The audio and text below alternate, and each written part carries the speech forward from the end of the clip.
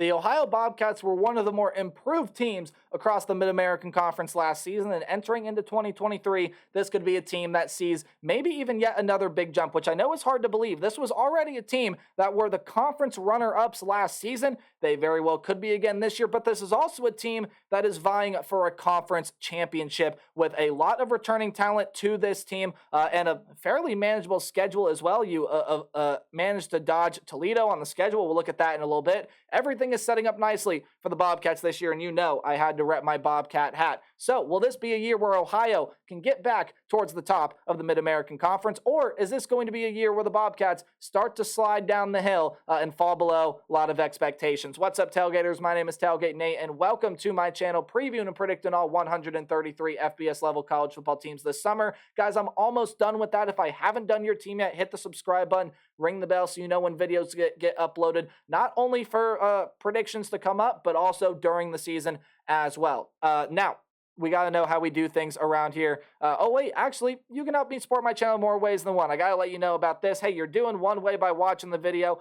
You can also, again, subscribe, but you can like, comment, share, and anything else you guys are willing and able to do to help me support my channel. Now, we can move on to talking about the Bobcats and know how we do things around here, where we're going to go through a roster overview and look at who the team lost, who's coming back, and who's coming in through the transfer portal and recruiting class, as well as taking a look at the 2023 Bobcat football schedule, and we'll give it a nice game-by-game preview and prediction. So without further ado, let's go ahead and talk about the Ohio Bobcats out of Athens, Ohio here in 2023. Again, it's a pretty short list because you do get a lot of returning production to this team.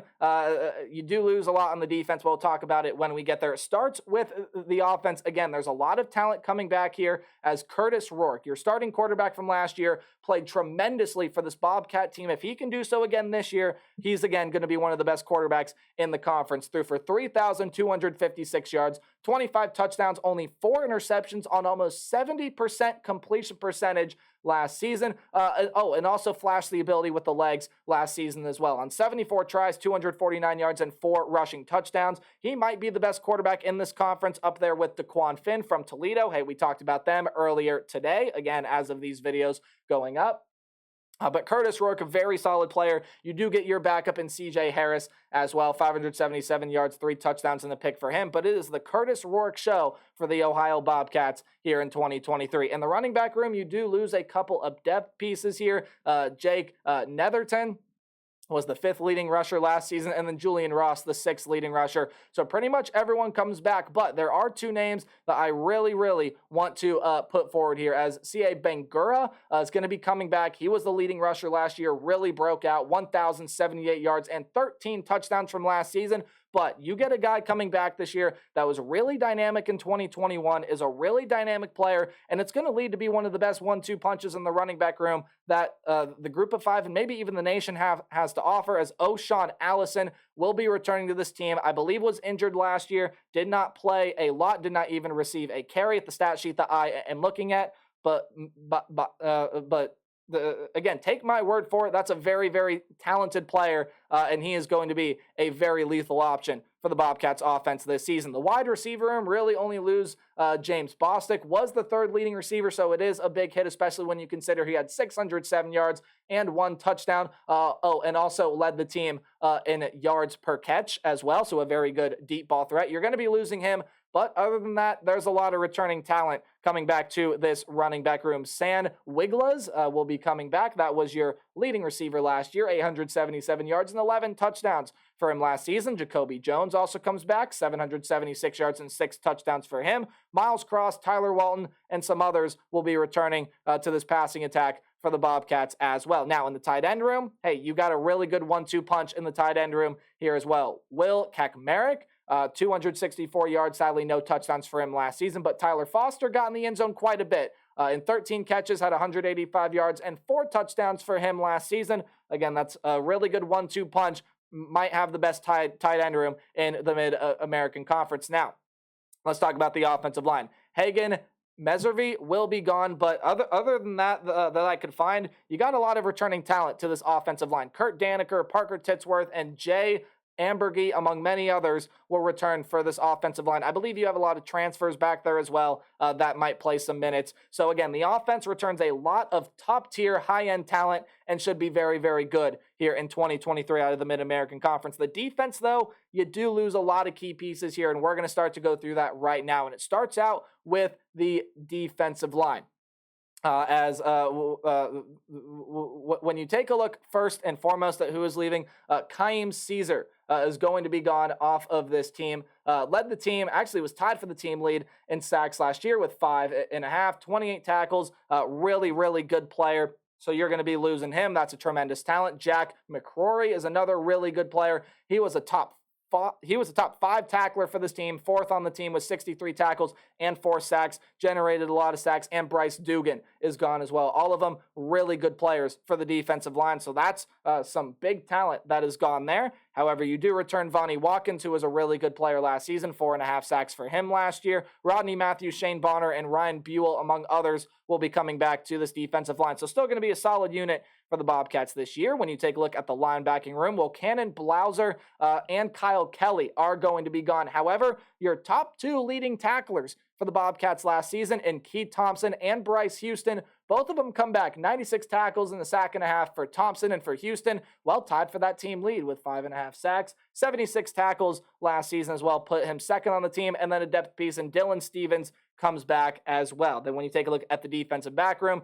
Zach Sanders, Alvin Floyd, and Tariq Drake are going to be some really key losses to this team. Sanders, part of 3 Bobcats that had 3 interceptions last season. Drake was another one of those guys, and Floyd, 5 pass defended, an interception, and a top 5 tackler on this team last season as well. So your leader in the secondary will be Torrey Cox. He is on the younger side, but still a really good player, was the final Bobcat with 3 interceptions last season, a top 10 tackler on the team, 6 passes defended, did force 2 fumbles as well, so really good player there. Ben Johnson, Justin Burchett, Adonis Williams, and others will also be highlighting that defensive secondary. For Tim Albin's group, that is your head coach for the Ohio Bobcats. Your offensive coordinator is Scott Isfording. Again, apologies for any mispronunciations, especially that one, which I believe I did. And defensive coordinator Spence Nowinski. So now we'll take a look at the Bobcat football schedule here in 2023. Any game on the road any game at home is going to be underlined, while any game on the road will be in italics or that slanted text.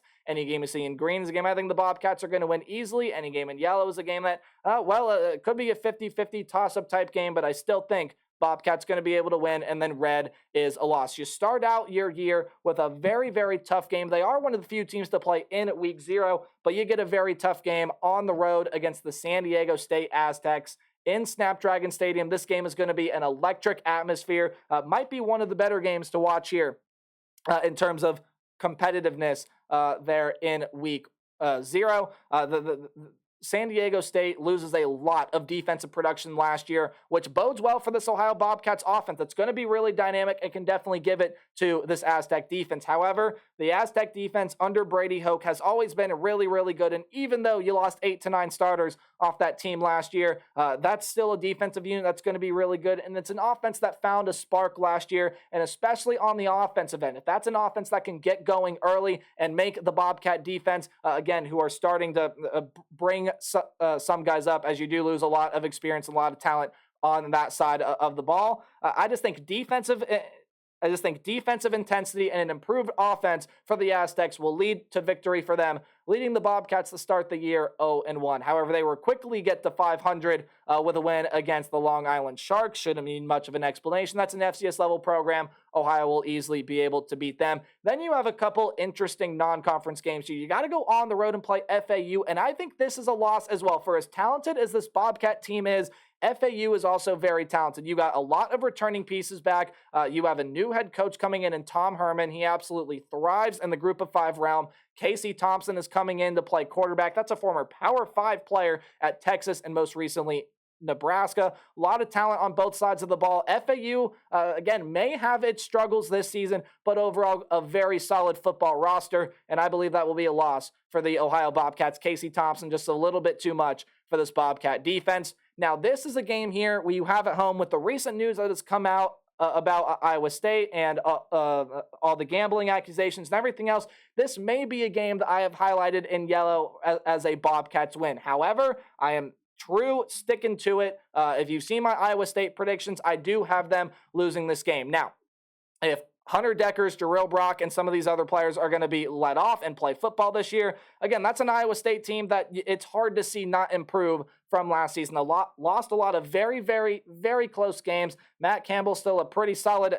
head coach over there. Again, it's just a matter of not of the punishment of these guys here. Definitely a winnable game for the Bobcats, but I'm sticking to what I've said in my predictions earlier, not changing them, and the Bobcats will lose that game. Going on the road here to play Bowling Green is also not going to be easy. The Falcons are a team that's going to sneak up on some people this year. That's going to be a solid bunch out of the Mid-American Conference to play. A lot of good returners, offensively, defensively. Now some of your leaders are going to be gone through the transfer portal. However, that's still a very solid team there with Bowling Green, but I think Ohio's just a little bit more talented, as now you have gone through a little bit of a gauntlet there, in my opinion at least, in non-conference play, some really good group of 5 teams, and a Power 5 team in Iowa State. Again, while it is a winnable game, still a Power 5 team, none the less. I think Ohio will be well prepared for this game against Bowling Green. Could be a little tough for them, though, but I do think that is a win for the Bobcats. And then you get your first bye week again. You play in week 0, so you get to Kent State's going to have a really hard time fielding a football team. Now,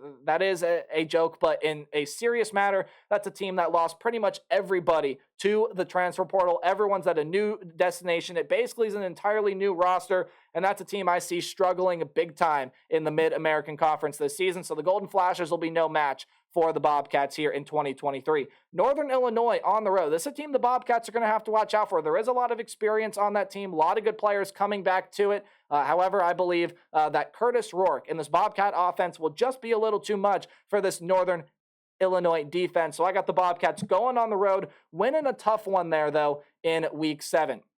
And then you end up getting a game against Western Michigan, and yes, there are a lot of key pieces leaving that team through the transfer portal. However, when I look at this Western Michigan roster up and down, it is still a team that I see having a very, very solid season, definitely going to be a very competitive team out of the Mid-American Conference ranks. When I take a look at Western Michigan this season, I do think this is going to be a very, very solid bunch, going to be a very good group of football players. However, again, the Ohio Bobcats should be able to start filling in some of those defensive gaps by this point, especially they'll have time to do with that bye week. You'll have learned from some things you've played in games past. It'll help them in the Northern Illinois game. It'll help them here. The Bobcats will win that game against Western Michigan. And then you got a game against Miami, Ohio that you can't overlook either, as Gabbard is coming back to play the quarterback. He's got some good skill position players out there around him, but there's another story involving that program as well, and that's the amount of defensive talent that returns to that team. There are a lot of defensive leaders that are coming back, grammar, Nate, but I still think the Bobcats will be a little bit too much. I think Curtis Rourke and company are going to be able to take over and just be a little bit too dynamic for this Miami team. And again, this is a Miami team that has Toledo, I believe, a week after or a week before this one. Again, I'm not too sure, but the Redhawks here, I think, are going to come up just short against the Bobcats, a team I still really like out of the Mid-American Conference, but Ohio, I think, prevails. And then you get another bye week here. In my opinion, another perfect time for a bye week before you got to go on the road and play Buffalo. It's a very winnable game for the Buffalo Bulls, who had a very successful season last season. Or had a very successful season last year. Again, my grammar just not on point today, apparently. But when I take a look at the Buffalo team here, I just don't think they match up well with the Bobcats. I think the Bobcats, especially offensively, are going to have a lot of speed, a lot of dynamic playmaking abilities that I don't think Buffalo is going to be able to defend. Again, this is going to be one of the better offenses in the Mid-American Conference this season, so I see Ohio being able to go on the road and win that game. And you end off the year with 2 games that I think you should easily be able to win. Central Michigan is a team that really fell off after last season. A lot of players leaving the transfer portal. It's Central Michigan team that I see struggling in the MAC this year. And Akron is a team that normally sits towards the bottom of the conference. Should be an easy win for the Bobcats against their in-state rival. So all in all, Bobcats, in my opinion, go undefeated through conference play. I do think 9-3 is the record here. So maybe they win a game against FAU or Iowa State, but they drop that game to Buffalo. Just the way I have it playing out, I think 9-3 is the right record for this team. There's a lot of returning talent here. I easily could see see this team, and with an 8-0 record, you're likely headed back to a Mid-American Conference Championship game. That's going to do it for my thoughts on the Bobcats. Let me know yours in the comment section below. But as always, remember to play hard, but tailgate harder. I'll see you guys in the next video. Goodbye.